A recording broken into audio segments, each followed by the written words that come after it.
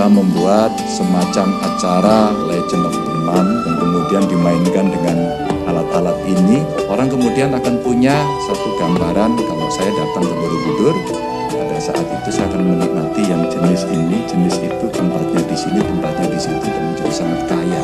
Dan saya berharap nanti orang kesini itu tiba-tiba akan merasa, loh kok kita jamnya sudah selesai, kok harinya sudah habis, kenapa kita harus pulang, padahal masih banyak yang harus kita lihat. Sehingga itu akan mendorong orang yang pada sektor pariwisata ini, dia akan balik. Dan kemudian saya bayangkan ada workshopnya, saya bayangkan makin banyak orang yang memainkan alat musiknya, kemudian bisa dibeli. Saya membayangkan kolaborasi berikutnya, dan selalu akan ada konser besar tiap tahun. Saya hanya menyampaikan terima kasih, mudah-mudahan kalimat pendek itu bisa mewakili semuanya, karena saya tidak punya diksi yang lebih bagus. Anda itu semuanya. Assalamualaikum warahmatullahi wabarakatuh.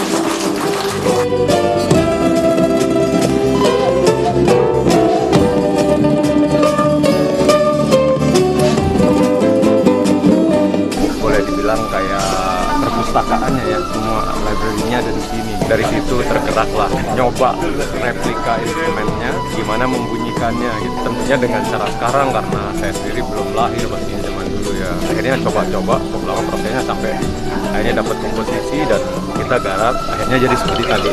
Ternyata dari dunia musik ada di tembok itu, kemudian ada alat musik yang ada alat musik yang baru pamit juga.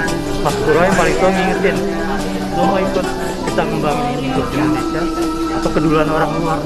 Untungnya kalau nggak lucu kan tiba-tiba negara lain, oh di sini ada gitar bentuk ini dibuat. Alhamdulillah kita nggak kecolongan dan kita bangga banget.